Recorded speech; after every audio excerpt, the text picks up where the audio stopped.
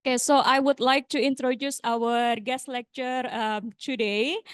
Professor Uta Pottgiesser is actually a professor of building, construction, and materials at THOWL since 2004 and a member of the Institute of Design Strategies in Germany.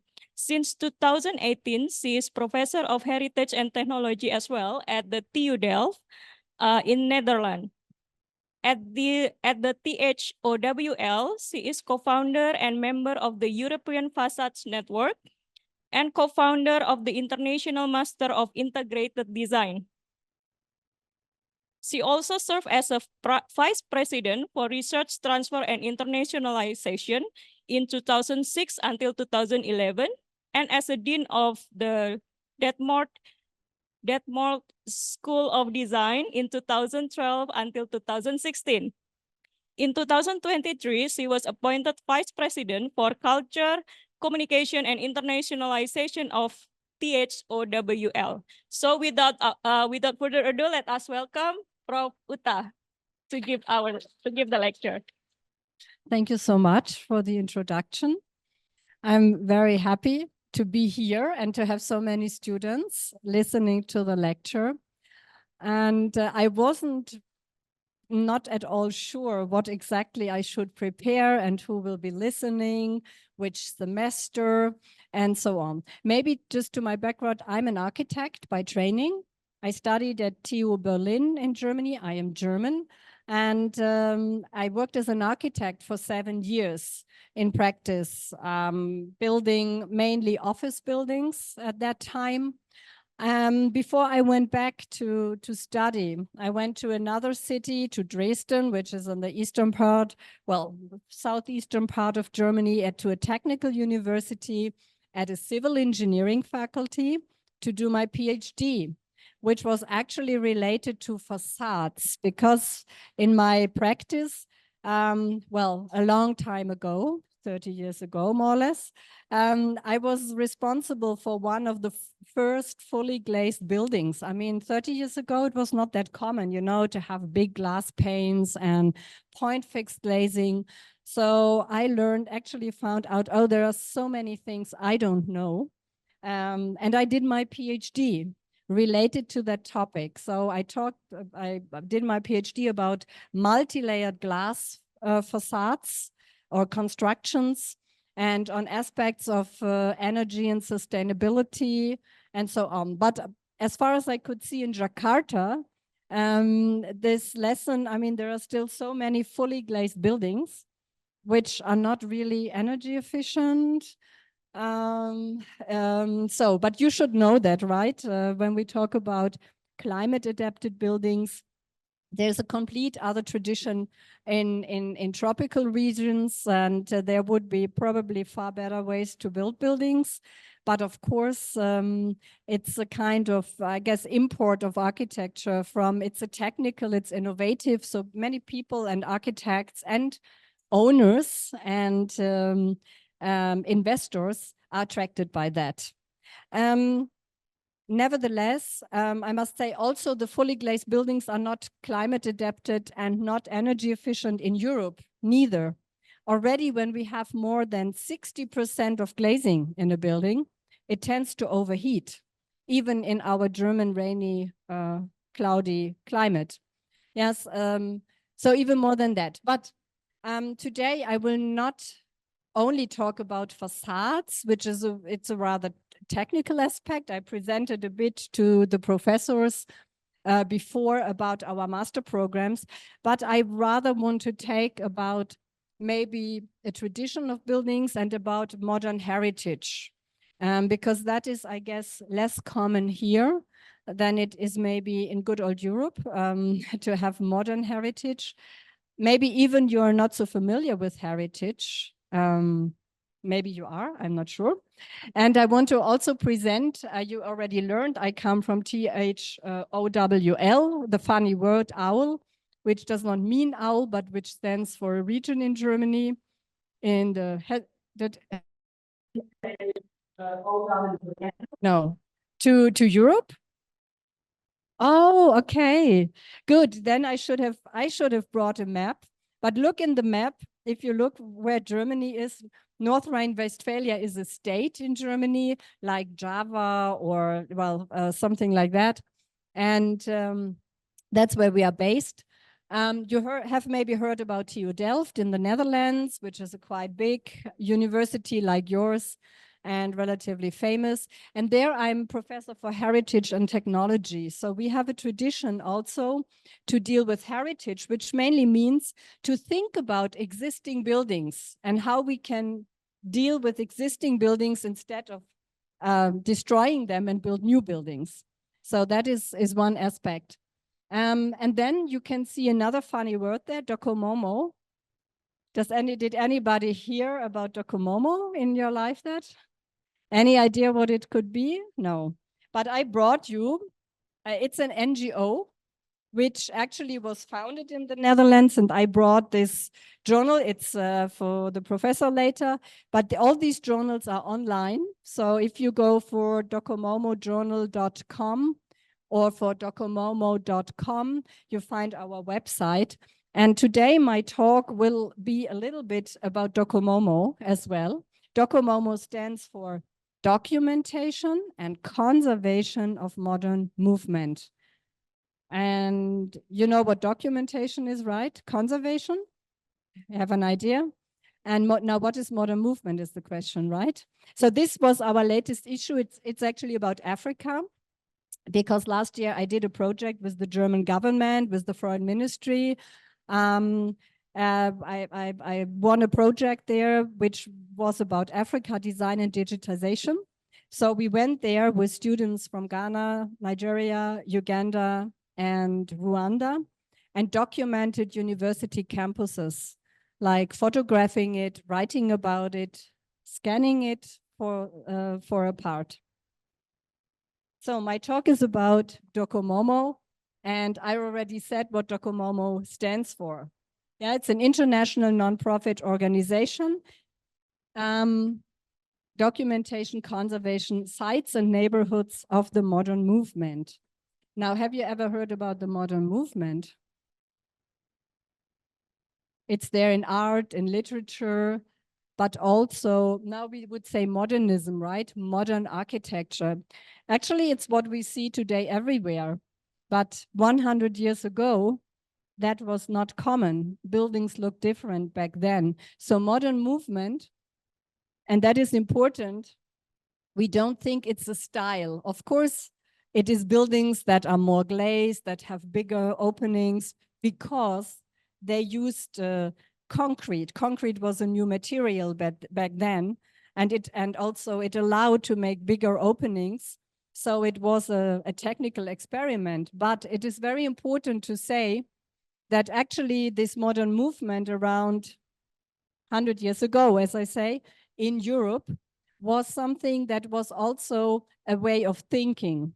It was, you know, to create housing for everybody. It was the time after wars. A lot of people didn't have housing. A lot of people were migrants. A lot of people lived in poor living conditions. And it was important to create a lot of new settlements for them. And I think that in that period, a lot of the European states, I talk about Europe because that was the war back then in Europe, they did a very great job. And I show you some of these examples.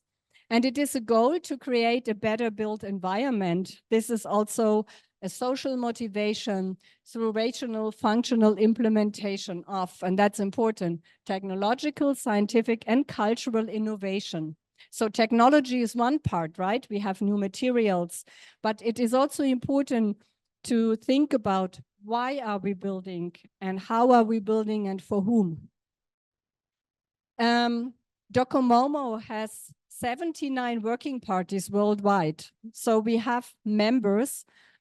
It's still a bit Eurocentric. That's a big complaint. But we have a very big community in Japan, for example, and in Brazil.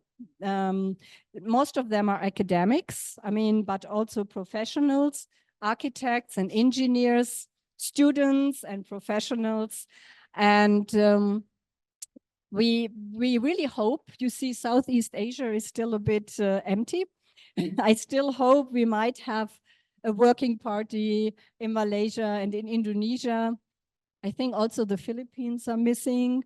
But we have a working party in Singapore and in Thailand and in Hong Kong, for example.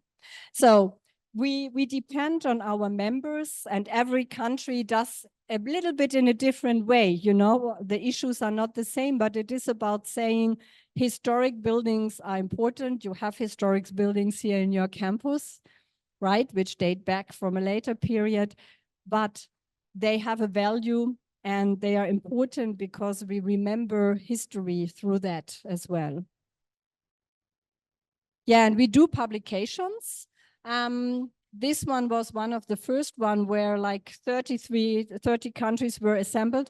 It's unfortunate we have it not online. It was printed. We still have to scan it and to publish it. We did another one in 2007, which was called Other Modernisms. So this was really to reach out into other countries, not just to look into Europe, because the first members were Europeans and Argentina, I think, and Chile. They joined very early. But we looked into regional differences of architecture, of modern architecture, what was built in the early 20th century. And now we have the journal, and these journals are all online. They are open access. So we have scanned all our journals that exist since 30 years. And I think this is very nice. We have brought them back colorful. And I took over Docomomo as a chair in 2022. Before, the chair was in Portugal, in Lisbon, Ana Tostóis, and we have also done a new design. And what is important for us is that we actually try to focus a bit more on the conservation topic. I mean, I'm a practicing architect, I'm in materials and technologies. So, for example, this is why we started to have this one on modern plastic heritage, because in the 1970s, there were very fancy designs. You see this facade, it's in Brussels, in Belgium. These were completely made out of plastic components, polycarbonates, glass fiber reinforced materials. And of course, we also have done a special issue on Ukraine when the war started, because, you know, Ukraine is the country of the famous constructivist period where some crazy designs were done by back then Russian or Ukrainian architects. Anyway, the new one, we just prepare a new publication on Kharkiv. Kharkiv is the capital, was the capital of the eastern regions and the city of constructivism. This is supposed to come out soon. So follow us on the website. We are happy for every article you download. Have a look to these publications. They are very nice. And if you want to write an article, I know you're only in the bachelor. You're not thinking about writing articles, but maybe in the master, or if you go and do the PhD, you have to publish. We are Scopus indexed and reviewed and so on. So you can publish in our journal. I'm happy to receive contributions from Indonesia. Yeah, and here you can see these are the issues from the last more or less 30 years under docomomojournal.com. I think it's important you know where to find also good literature. But today, now I want to talk about what is modern movement and what is different in the 20th century. I came by train here to Gadjah, and of course you travel through the landscape, through rural areas with low-rise buildings. Also Gadjah still is a quite low-rise city with a lot of traditional historic buildings that are heritage. Yeah, and you are very much familiar with the temples and other buildings that are from your ancient periods that are heritage. I guess they are heritage, right? They are protected? Yes? Okay. And they are protected under national law, national heritage? And do you have a world heritage? Where? the temple, right? What is it, Bori? Yes, Bori. This is a World Heritage. You know what the difference is between a national heritage and a World Heritage? Any idea? Oh yeah, we can answer in the microphone. Is there a difference between a national heritage and a World Heritage? Some ideas? No. Uh, Correct me if I'm wrong. The World Heritage is under UNESCO, and National Heritage is under Indonesian government. Absolutely right. You are absolutely right. And now you can ask what to do to become a UNESCO World Heritage. And I can tell you it's a lot of bureaucracy, right? Because you have to write papers like this, and then you have to go, the national government has to approve it, and then they have to bring it to UNESCO. And then there are, you see the United Nations and everything. Then the countries are fighting, yeah, this or no, this, which will come on the list, yeah, because normally many more buildings or sites are applied for and not everything is approved. So it's a competition. And the national heritage is, I guess, a bit easier if there is, people are convinced, but UNESCO is very political. And the other thing is that there is not so many modern buildings. Of course, we have, I think, a lot of temples. India has, I don't know, thousands of Hindu temples that are heritage, and many of them are World Heritage, like you have your temples here. There is national monuments. I'm not sure whether you have a national UNESCO heritage in Indonesia. I'm not aware at the moment. Maybe some, but I'm sure you have. Borneo, maybe in Kalimantan. Yeah, in Kalimantan, there is national UNESCO heritage and there is cultural UNESCO heritages. So, but there is hardly any modern one. And you know what was the first? It's fine, I will not ask more questions now for the UNESCO World Heritage. Thank you. But the first modern heritage that came on the UNESCO World Heritage list was a city, a modern city. Now I ask another question. Any idea which city this was? Which new cities you know? Modern built cities. Brasilia City, the capital of Brazil. Right. Brasilia, you're absolutely right. Wow. So Brasilia was the first city, modern city, to be presented, and I think maybe it was the first or the second. I'm not completely sure. That was put from UNESCO as a 20th century heritage on the World Heritage List. There is also the famous Bauhaus in Dessau. You heard about the Bauhaus, yeah. So the tradition of bringing arts and crafts together, Walter Gropius, and so on. That was also put on the list quite early. So maybe it was a little bit before Brasilia, but Brasilia was 87, and I guess the Bauhaus was maybe on 82. But you see, it's only few, and still the modern heritage is absolutely underrepresented because many countries have a lot of temples and churches and monasteries, and so they are on the list. And also natural heritage. So we actually, Docomomo, we are fighting to put also more of the new buildings, because what happens in cities like Jakarta, right? They are destroyed because you can build a high rise on it. And they are not seen as something that is at the worst as a temple. And there we come to the definitions. And actually, there is a very nice publication which was done by the Gadjah Conservation Center, also a very good address if you look for literature related to heritage. Gadjah is a foundation, and the Gadjah Conservation Center is funding a lot of projects worldwide. For example, in Angkor Wat or in many countries to preserve historic monuments like temples, but also earth and architecture in South America. And they also have an initiative to preserve modern heritage. And this book is also, you can download it from the Gadjah website or from ICOMOS. Anybody heard about ICOMOS? ICOMOS. It's written here, ICOMOS.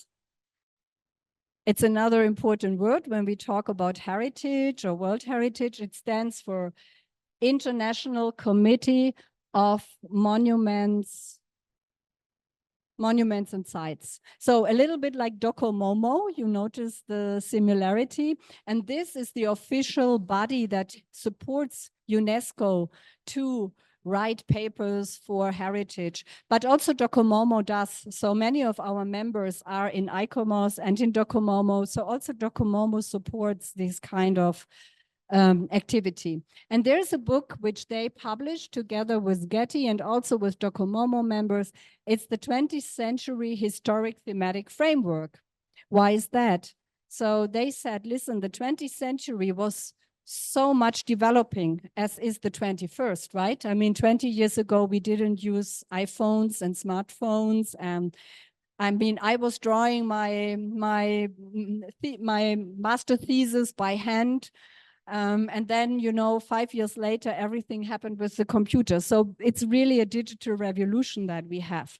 And 100 years back, there was another kind of revolution in transportation, in construction technology. So they came up with a typology and said, there are all kinds of new things that weren't existing before.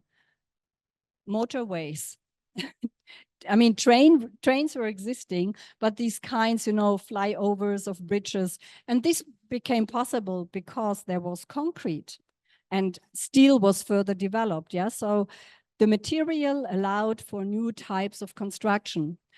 And we had something like internationalization. So institutions, public institutions like the United Nations, this building is actually the Yugoslavian parliament in Belgrade. It's empty now. Yugoslavia is not existing anymore. We have Serbia and Croatia and a lot of countries, but back then it was Yugoslavia. And it's a sign, it's a symbol actually, you know, of the history of that country. Yeah, high-rise buildings. I mean, this is something you experience very directly, at least in Jakarta. I only know Jakarta and Jogja. I haven't been in Indonesia before, but that is something you know much better than we Germans do. We only have a few high-rises. We are still a bit traditional. So a few high-rises in Berlin, a few high-rises in Munich, but nothing to compare with something like Jogja. Berlin has 3.5 million inhabitants. And it's more like Jogja. It's quite flat and green, completely different from Jakarta. And yeah, religion, mass education, schools. Yeah, I mean, a big revolution was really to say, we want to offer education for everybody. It's like universities, university campuses. I mean, like this campus, I guess it was built, when was Gadjah Mada established? 49. So after the World War, I mean, II, right? And then this was the period of the 50s and the 60s, where all over the world, in particular in the global south, all kinds of universities were established. Sometimes it was a bit earlier under the colonial government, you know, a very few, but then this really increased. And actually this Africa book is very much about the campuses in the African countries and our research on that. Well, I go a bit faster, right? There is also memorials, again, concrete, right? You could do fancy things, glass. There's government buildings and accelerated technology and tourism. I mean, tourism was a luxury, so we didn't know hotels and complete new cities. And this means it's a new typology of buildings. And this will become heritage because it has a value, right? It's not just about aesthetics, but it's an expression of accelerated technology. It's an expression of societies and so on. So yeah, if we compare, then this is a photo of Jakarta. I think it's already quite old, but it shows a bit. I mean, this is Barcelona on the left. You know, we were rather used to have grids, and these cities were still quite condensed in a good way, actually, I would say. While here, it's a very strange mix, I would say, of traditional buildings, of high-rise buildings, you know, of rich investors, of normal people living together. So it's much more divided in a sense. And I think this is a real challenge for architects and urban planners. And here in this country, even more. I mean, in Europe, we are already struggling and we are much slower. We are not growing. I mean, you have more population. Everything is much faster. You have to think faster, actually, and you have to act faster. But nevertheless, we are also dealing with that question. And I always like to show this example. It's somehow one of my favorites. This is in Berlin. It's a power station. And of course, back then, 1918, they used coal, yeah? So this is, of course, not very environmental friendly, a lot of fine dust and so on, but of course it was very modern back then because it produced the energy for a large part of the city. And at that time, Berlin was called Electropolis. I mean, because there was AEG, there was Siemens, they were all based in Berlin. They started to work on this electrification of countries and so on. And you see, this is the river that is in Berlin. And of course, a power station needs water to be cooled, right? And so you see the river in front. And these were two brothers who designed it. One was an engineer and the other was an architect. And you see what they did in front of the power station. This was the biggest swimming pool, open public swimming pool in Berlin, which could host like 10,000 or 20,000 people. So this is incredible, and probably it wouldn't be allowed today to do something like that. But it's just fantastic because they combined the energy production with a public service. Yeah, which I think is great. It's a synergy, yeah, in terms of heat, because they used the hot water from the power station to heat the water of the river. I mean, we are in Germany, so it's getting quite cold, the water in most of the year.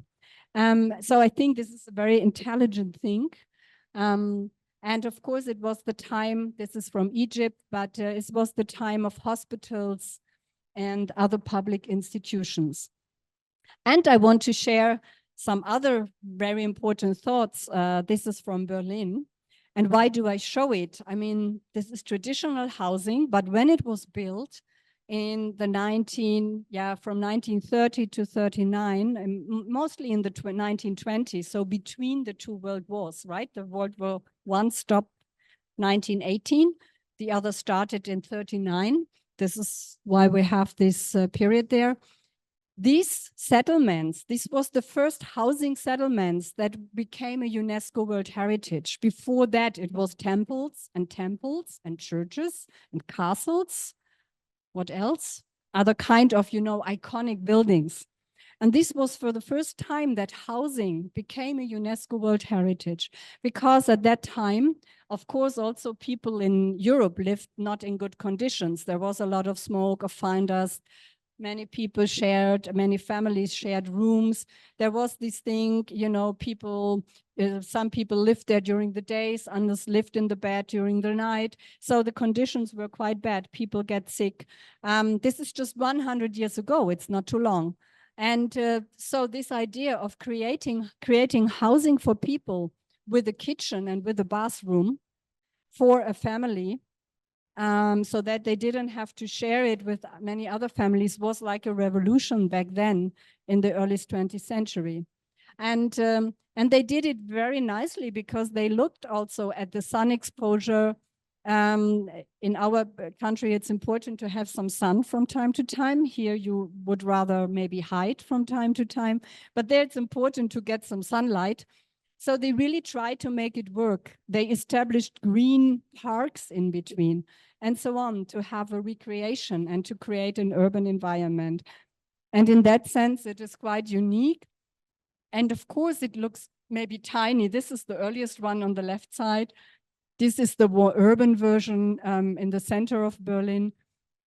And of course, it is difficult.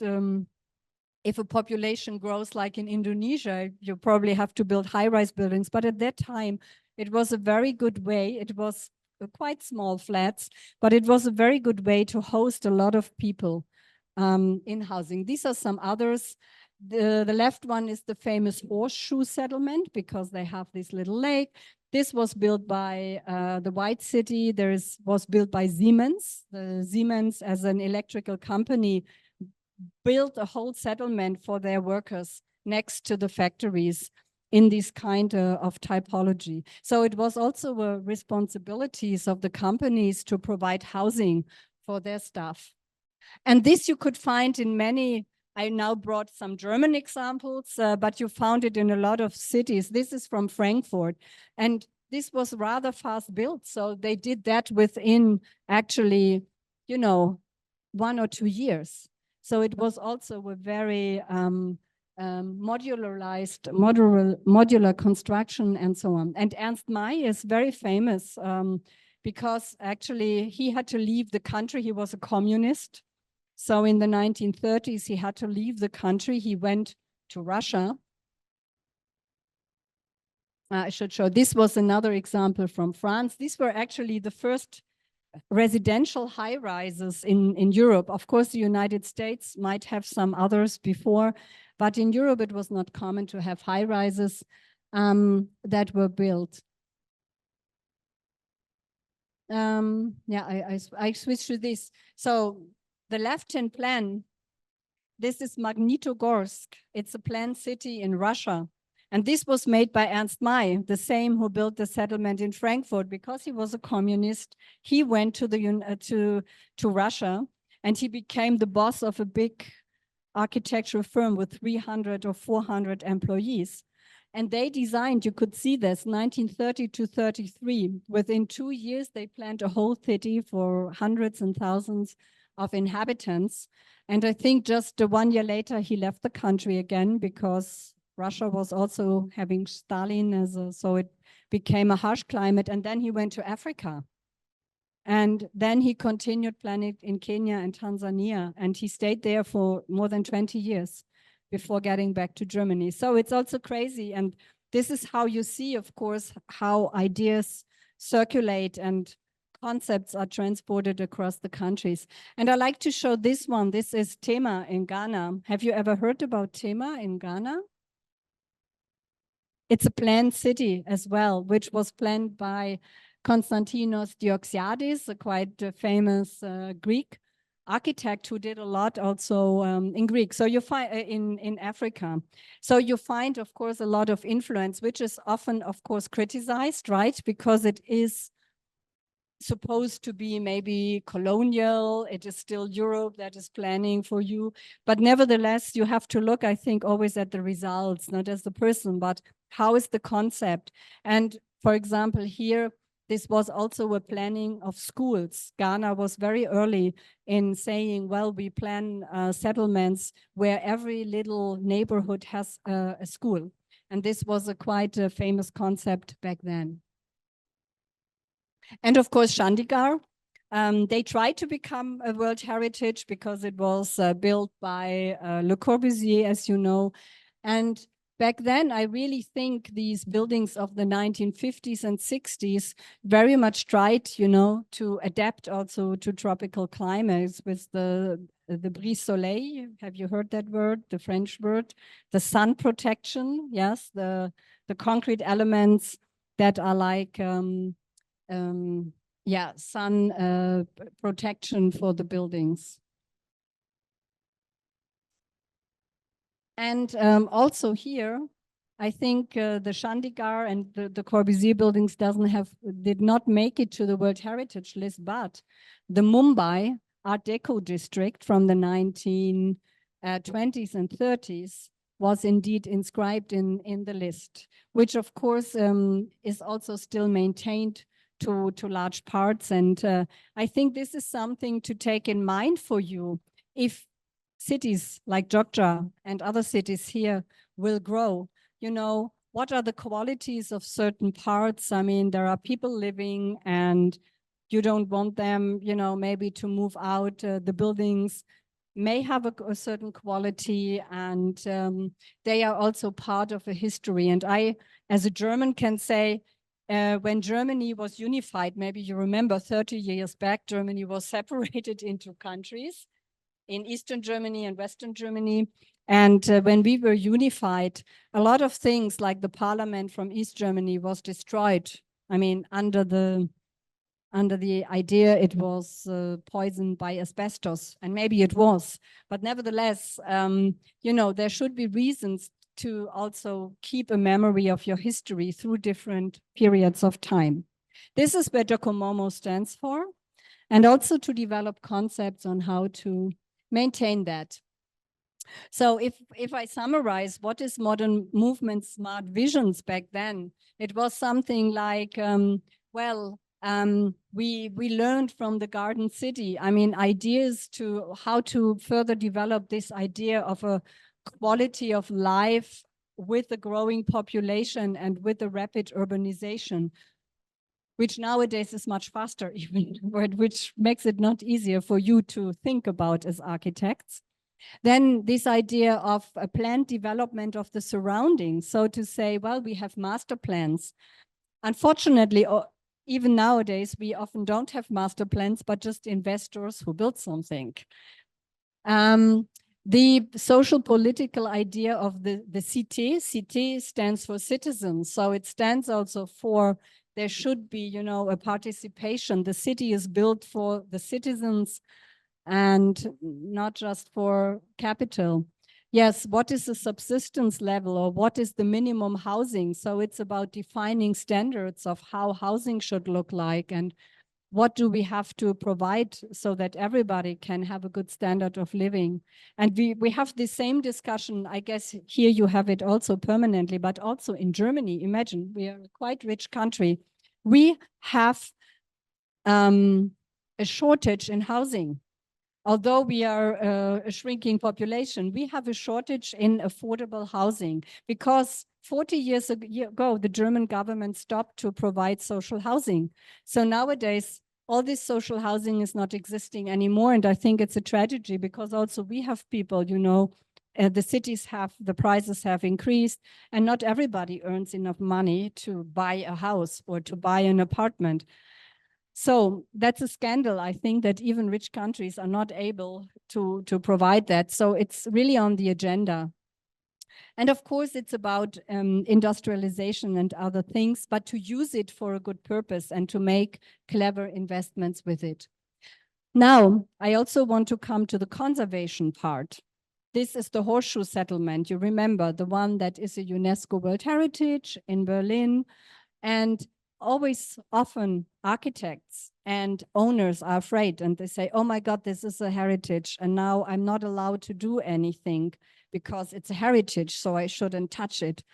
And so this is a very good example. Most of these settlements have gone through a process of modernization. They were made more energy efficient, and also conserved in terms of color. So there's a historic, these are historic photos where you can see, I mean, how they were built around a lake. So landscape played an important role. I mean, you have a beautiful campus here.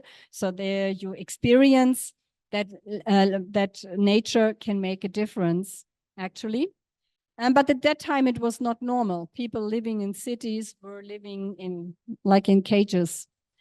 And this is an example, actually, of how this horseshoe settlement was also refurbished, not just in terms of building, but also in terms of landscape. You see that the trees have become very big, which is normal because they are trees and they are supposed to grow and become bigger. And at the same time, they were shading the apartments very much. So you see what they did, actually, they replanted trees.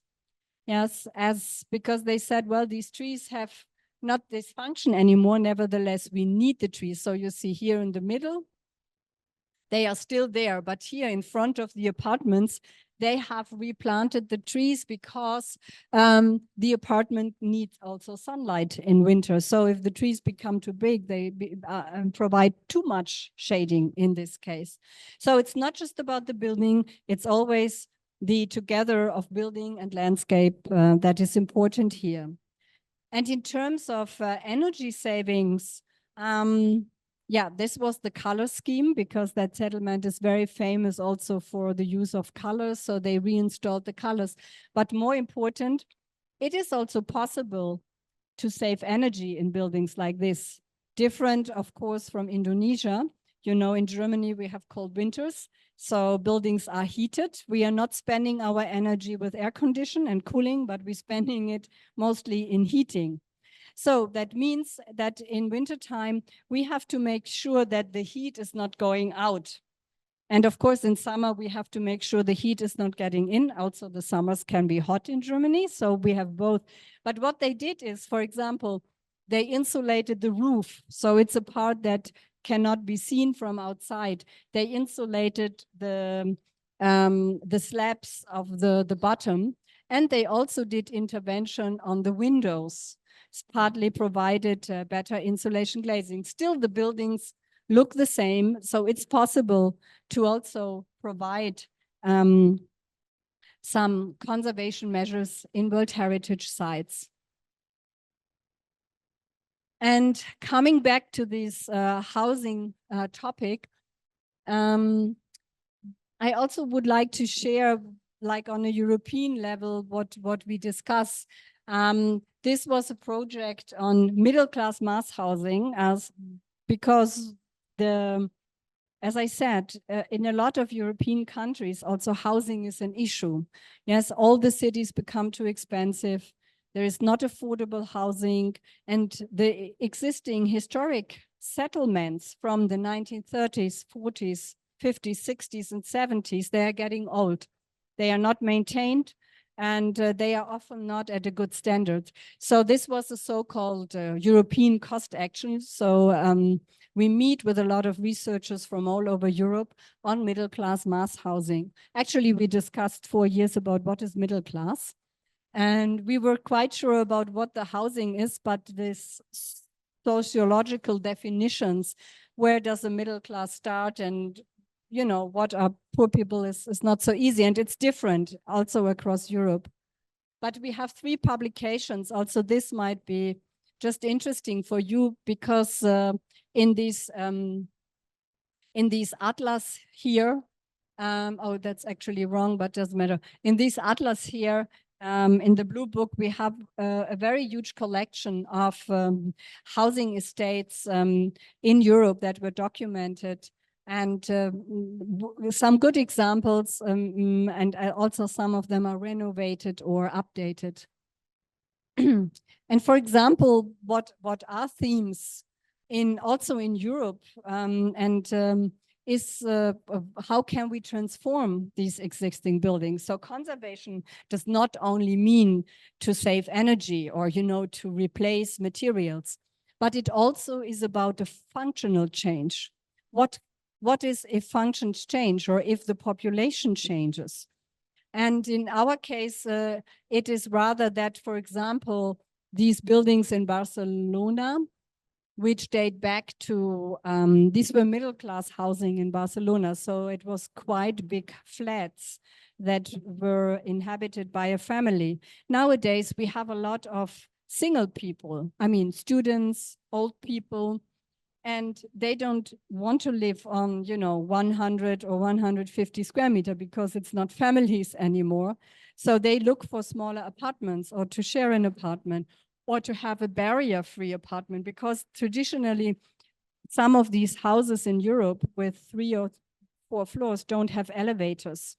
So we have other issues maybe than here, but we also have issues because space is not distributed evenly. So that was a project actually made by researchers in Barcelona to think about how can these flats, you know, be shared. And you see how normally the apartment looked like here, and how they tried, for example, to fit in more individual rooms so that it can be a shared flats for students or for elderly people. I mean, because we have that issue that not always the family can take care, because some of them don't have a family. And when you're getting old at a certain point, well, maybe here it's different. You have still big families and also strong family ties, but at a certain point, it might become different. So we also think about shared flats for elderly, yeah, so that they can help each other, not just as a student, but later. Or to have something like, also here we can see it, to provide a bigger inner space where a kitchen can be placed. so that the kitchen is like a communal space to be shared, while before you see it was all separated by walls. Or to have something like here where we have a separate unit. I think this was this example, you know, with their own bathroom or kitchen. So where a person can live like in a studio, like the parents or the children, and can be separated. So it's also about a functional transformation of layouts without destroying the building and build something new, but within the existing formats. Yeah, here it was a similar approach. And yeah, we also, in another project, really think a lot about this mass housing neighborhoods of the 1950s and 70s. It's a big issue. So everybody says, hey, you can just densify that. They have so much green space, just build something in it or just top them up. But what we learned in the beginning, right? This idea of having sun and having a green space is nevertheless important. I mean, in Jakarta, they close the street on Sunday, right? So people can have go jogging and drive bicycle on the street, but it is also nice if you have a space next to your housing where you can go out, where you have, I mean, here's some birds, where people's children can play and so on. So what is very famous, that are drawings from students in Belgrade, in Serbia, the Belgrade University. One of my PhD students came from there, so we had a close collaboration with Belgrade and Skopje in North Macedonia. And New Belgrade is a very, very famous example. I mean, it's a huge city. It's a city for, now I'm not sure, but for 100, 200,000 people, that was completely built in the 1970s. And that was very famous. The Belgrade School of Architecture was famous for creating very good plans, quite small, but with a very good quality. So they provide balconies, they provided cross ventilation within the smaller spaces. And I like to show another project. And you see, I'm not so much talking about buildings, but I talk about the city and about neighborhoods. And this was a European project. So a lot of our funding comes from the European Union. It's a bit complicated because you see this was a project with 28 partners. So it's getting complex in the communication. We were taking part with our German university in that one.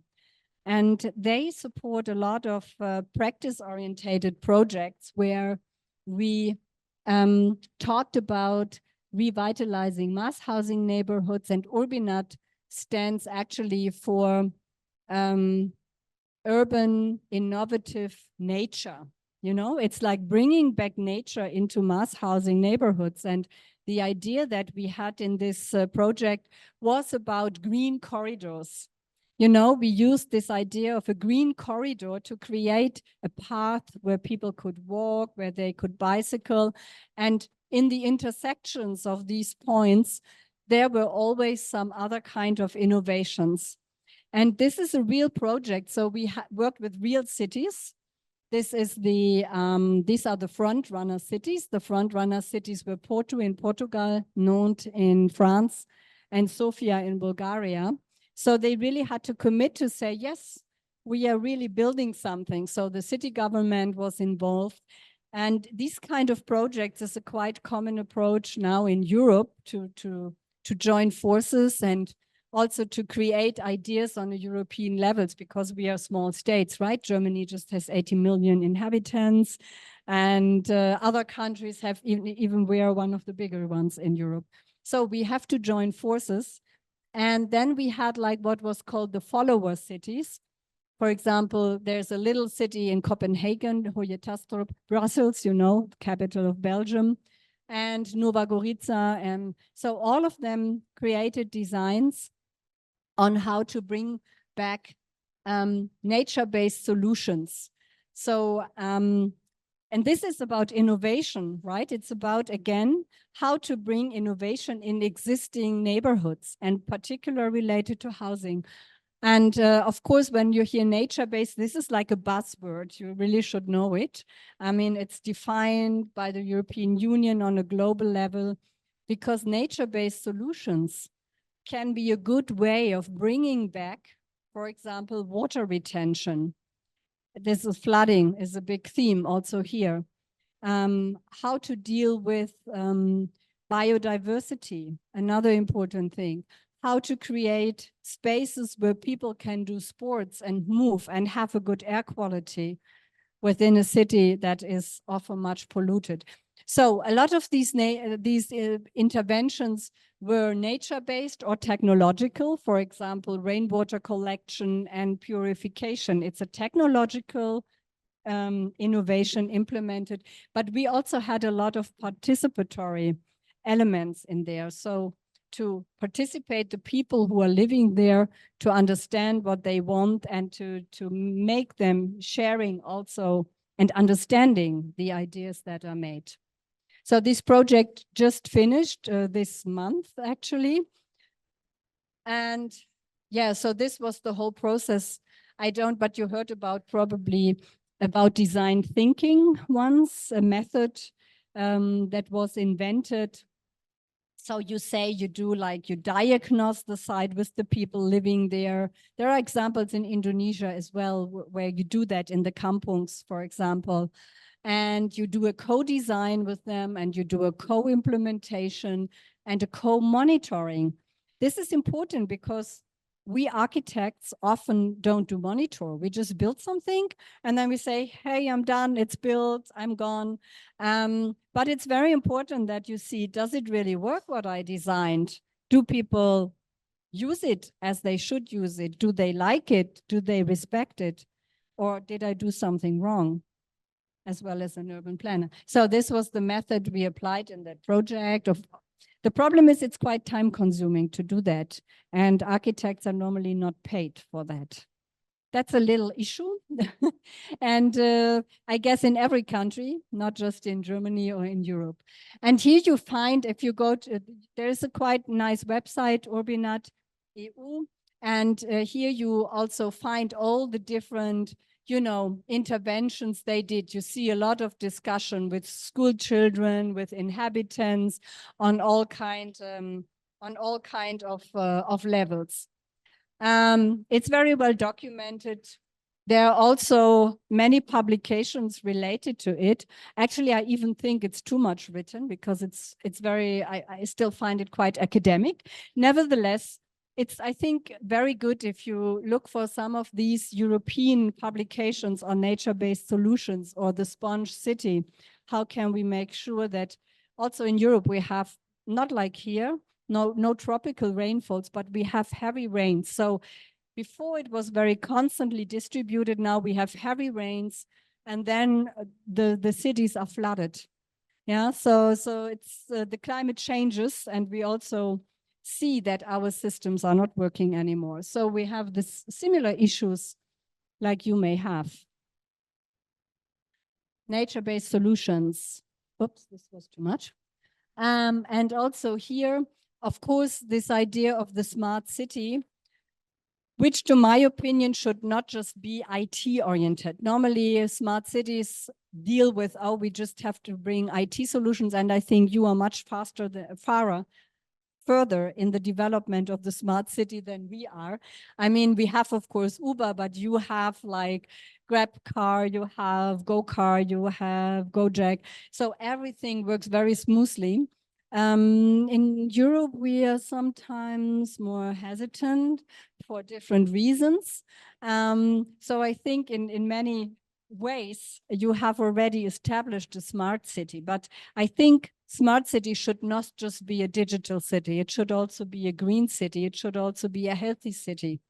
So again, the vision of modern movement, in a sense, to be, holistic. Nevertheless, there are some good publications about it. I'm not sure if you need them all, but in particular for the nature-based solutions, there are some good examples.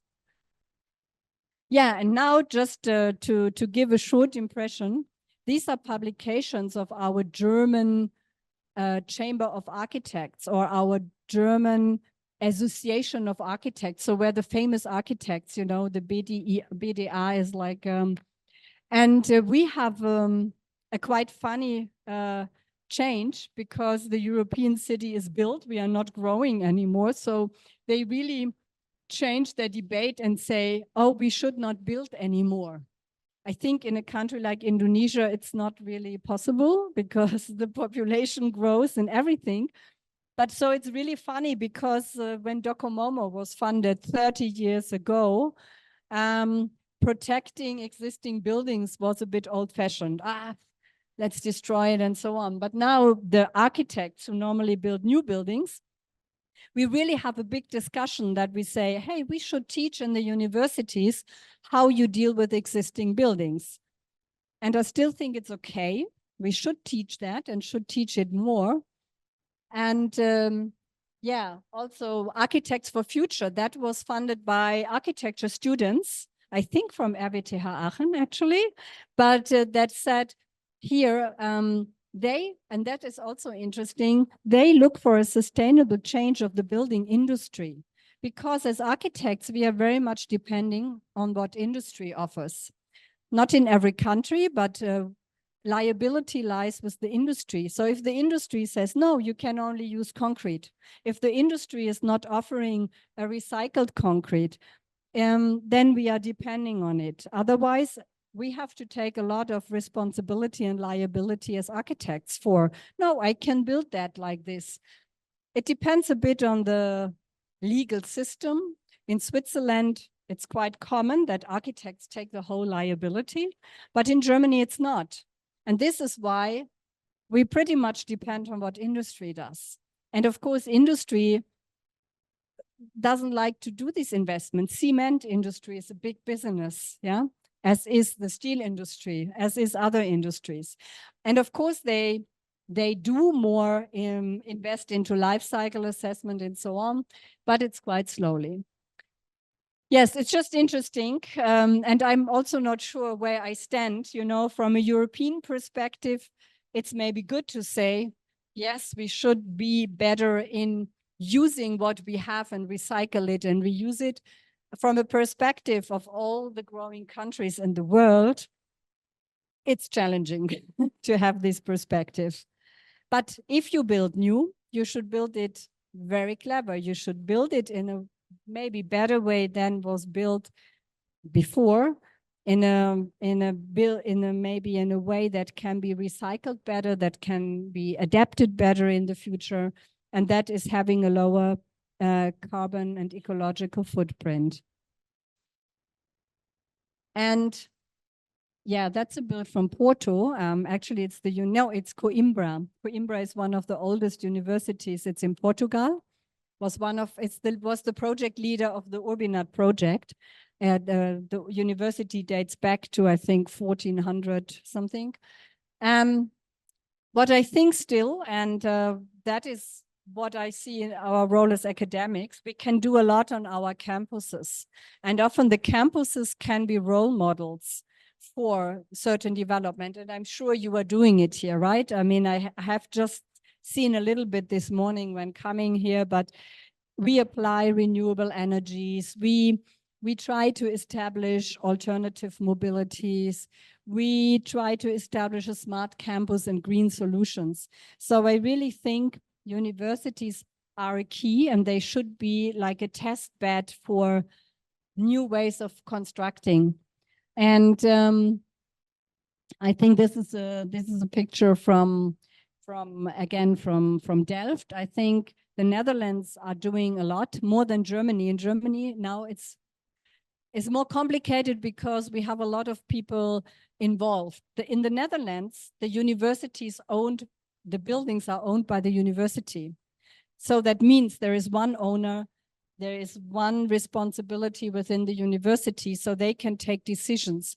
And it's very visible that in the Netherlands, they really did a big change. When the campuses were built, this is TU Eindhoven, when they were built, of course, they were in the green fields, but most of the campus was also full of parking because, of course, in the 60s, everybody was proud to have a car.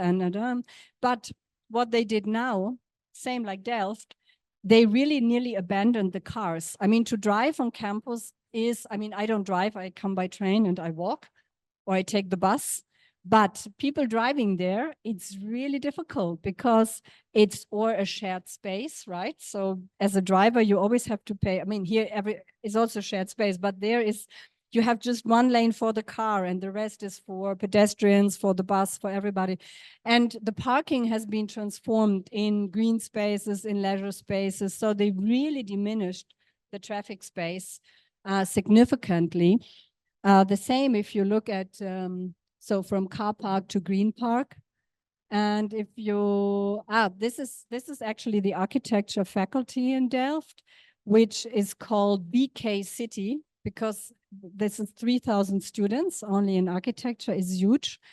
And it's an old historic building, you know, that was transformed into the faculty by, you see the blue boxes, by adding some kind of greenhouses and to add the double floors.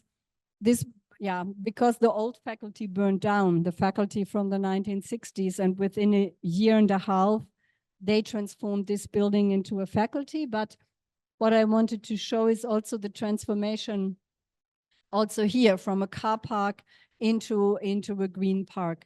And so we wish they would even be more experimental. So for some buildings, we have a lot of heritage discussion.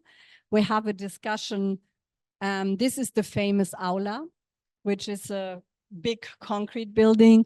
This high-rise building there is something they wanted to tear down, but which we have now already also discussed. And of course, they built a lot of new settlements further down. But here you can see a little bit of how it works. So on top of the coffee is a bike storage.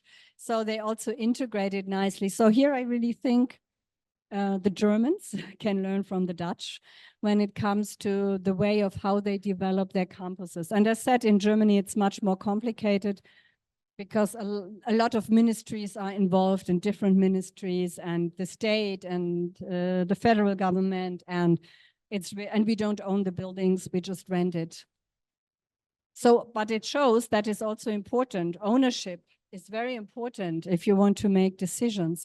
This is why some of the big companies, you know, can be very quick in doing certain investments, and public institutions often cannot. Well, that is nothing special, but what you can see is that this, which was a parking, is now like rather a leisure space, and you have a good air quality there, and you're not sitting next to a car when the sun is shining. But also the Delft University is investing more in housing. That's a big issue. I think here you have this Anglo-Saxon tradition of campus-owned integrated housing. In many parts of Europe, we don't have it. Also, Delft is quite expensive for students. So it seems there is now more investment also into housing. We do the same in Germany. In many cities, we try to build or to attract investors to build housing, because the general market for housing is not providing enough affordable housing for students. And yeah, they did something very nice. In Delft, they did a cookbook. They call it a cookbook for education spaces. I think that's also interesting on how is education changing. Do we still need auditoriums? What kind of spaces we need in hybrid education? Again, compared to the housing, we have the same discussion in education. How do functions have to adapt to a new era of digitization, distance learning? Do we do more giving lectures like I do now? I'm here, you are there, you are sitting. Or do we do more workshops and seminars? Is it more exploring things? And so they really developed some funny concepts there, you know, of a lecture room where you can turn your seat and then you can talk to your student sitting next to you to do a teamwork. And this I think is really interesting for architects. How does space influence the way of how we are collaborating. This is a real task for architects. And of course, I think your university is a very good example. You already have different kind of spaces. You have new buildings or spaces nearby, but a lot of universities are old. So they date back from 1900, from the early 20s. So they are completely different, big office spaces and auditoriums, but no space for students to work and to do teamwork and to do workshops and so on. So that's also a big task to do. Here, for example, this is the industrial design faculty, which is a 1970s building. So they completely changed this laboratory space into a kind of co-working space for students. So like every year, there is something going on. And finally, yeah, this is the Pulse building. This is also a kind of experimental, but I think it's comparable to your learning center here. So you also have very nice examples that we can see. Yeah, they combine it with food stores. Of course, it's different. Here you have street food, so you have a lot of places you could go. That's not the case in Europe normally, right? So it's rather commercial offers. So they try to install some of these things in the universities.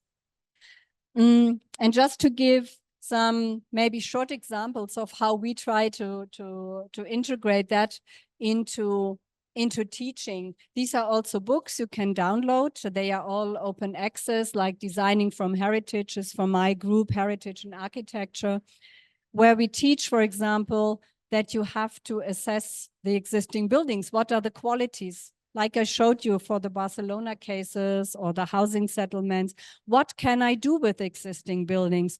What is their significance? What are the qualities they have and what are the problems they have? That means before you develop your own design, your own idea, you have to look what is there and what can I do with it. So that is our understanding also of being sustainable. Use what is good, try to make it better, and further develop it, but not say, okay, take it away and we do something new. Of course, this is an investor, approach, I would say. And sometimes you have to destroy things because you cannot save them, but you should be careful. And so these are examples we also do. It's also a lot of housing, retrofitting new heritage. That's like a specialty we do in the context of Docomomo. So we have different sites in Amsterdam, for example, where we work. This was a studio in the southeast.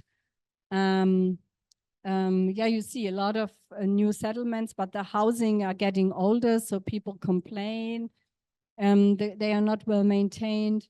And so we did like some in-depth studies also about what is the social context, who is living there.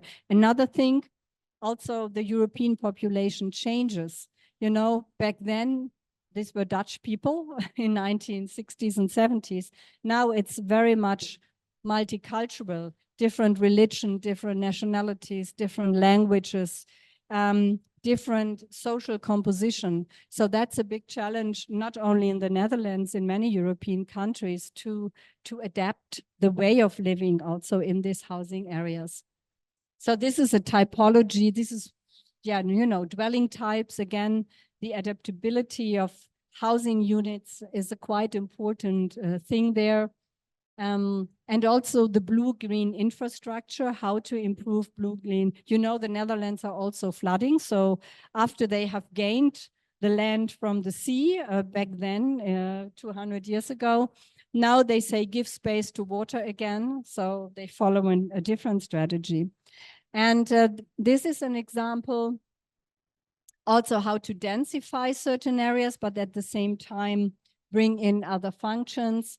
But this in particular is a design I very much like, because she has visualized this very nicely. You know, she said, well, I really have to look into existing buildings. This is existing buildings. These are existing buildings. These are new buildings.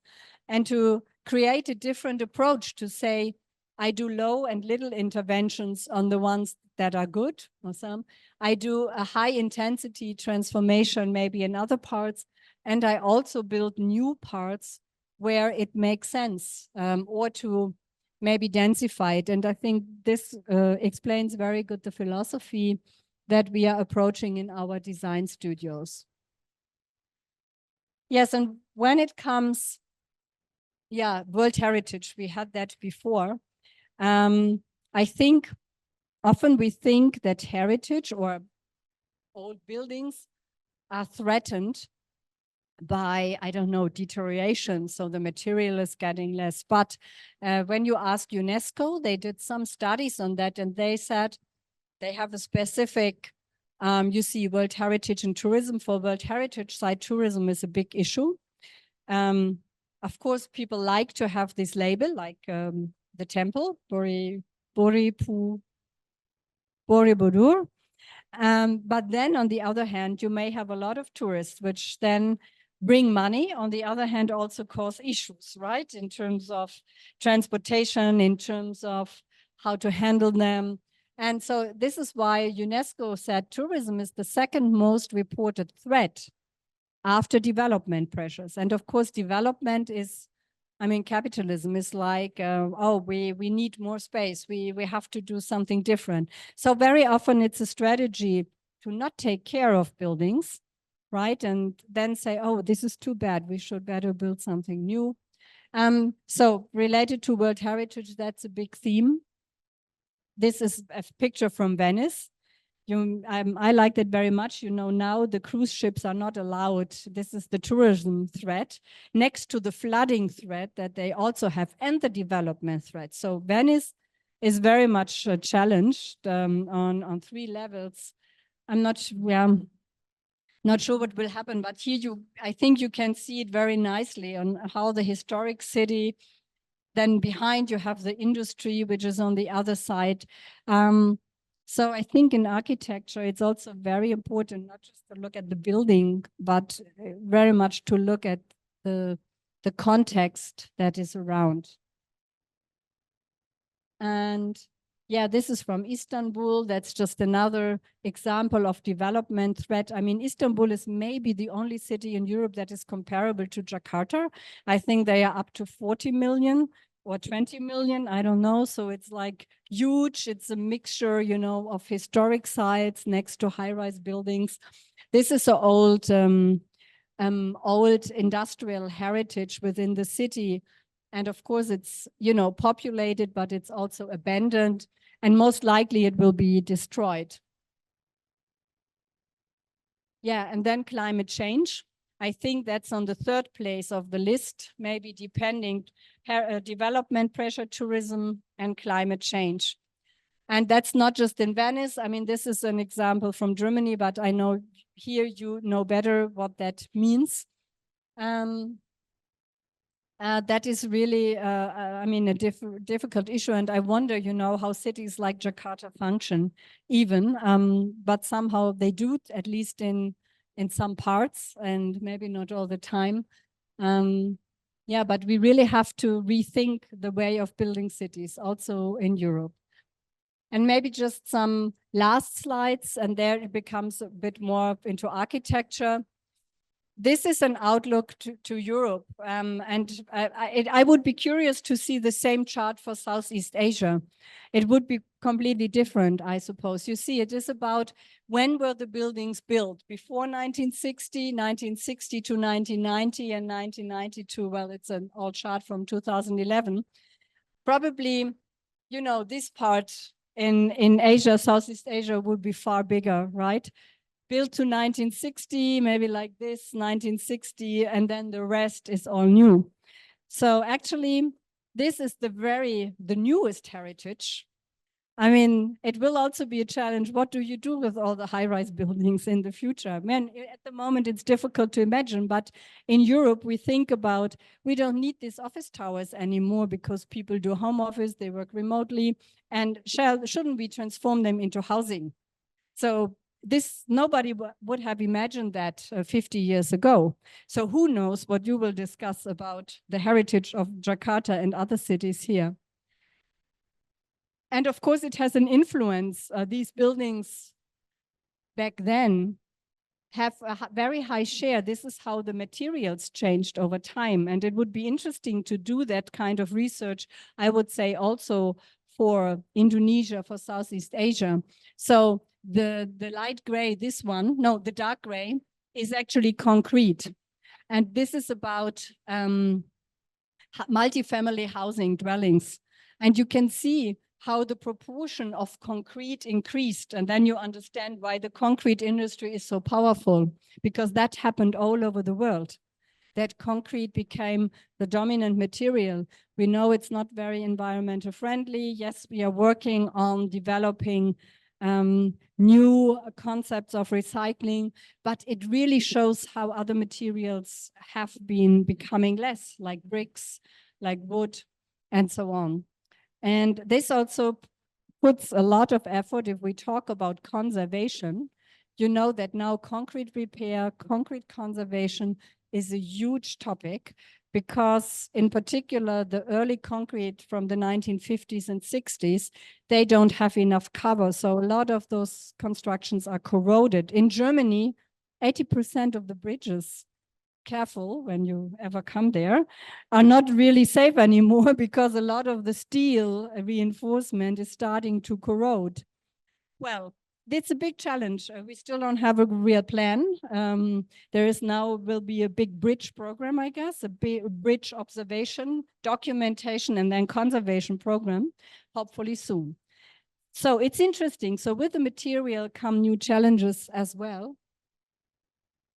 And yeah, with that also, you know, we worked on other projects. This was for student housing, how to reduce. As I said, these were these were high rises back then in the 1970s, which we tried to, you know, change into like new students housing, because the old concrete construction was not that good, and the acoustics are not okay. So to find ways in a modular way to provide them also with new building services. This is a very famous project now for student housing in wood. But of course, most likely there's a lot of research now ongoing on wood construction, on hybrid wood concrete construction. I'm not sure whether that can solve the problem, because also wood is, of course, growing. I mean, forests are growing, but construction also needs a lot of this material. And they are not always very efficiently used. If you talk about how much material do I use to finally create. So there's research about how much percentage of the wood beam is really used. So be careful, not just because it's wood, it's sustainable, but we also have to use it efficiently. But this is a very nice project. It's about student housing. It's in Heidelberg, a very famous university city, where a group of students designed their own housing, and on 7 square meters. So they really try to make small units and so on. They built a mock-up. That's something we like to do very much, and then to see how it works and how it looks like. And there are other nice projects in terms of, I mean, sustainability. This is a project that is in Denmark. It's a kind of private company that reuses, I mean, empty space. I think here in Indonesia, maybe it's difficult to find empty spaces, but in Europe, we have plenty of it. Old railway tracks, industrial sites that are empty. So they place these little student villages made by containers in empty spots somewhere. But still, it's a good concept. And they create little student housing villages. Little communities, I think kampungs, to use an Indonesian word, to create communities as well. This is an example from Switzerland. I mean, Switzerland is a very rich country. It's even for Germans, it's quite expensive to go there and to, you know, to go to a restaurant or to do holidays. But they have a very good concept of associations. So where people build their own houses in a good way. And that is much better than in Germany. So this is, for example, a house that is built on top of a tram depot. So underneath the building is a big station with trams. Yeah, so they reused the space that was formerly not used, quite in the center of Zurich, which is a quite famous project also to see. And yeah, I think now we're coming to an end. And if we really talk about famous heritage, there are ways, and this is a bit my topic, glass and facades and so on. So that is a book that I have published with a colleague from New York. It's about reglazing modernism. I mean, it just says, you know, you can also, for very famous buildings, like these are all iconic buildings, many World Heritage sites among them, you can nevertheless find a way of doing it. And we described here on how these concepts, you know, were applied, how they added, repaired the frames, added new frames, did something with the facade without, you know, destroying it primarily.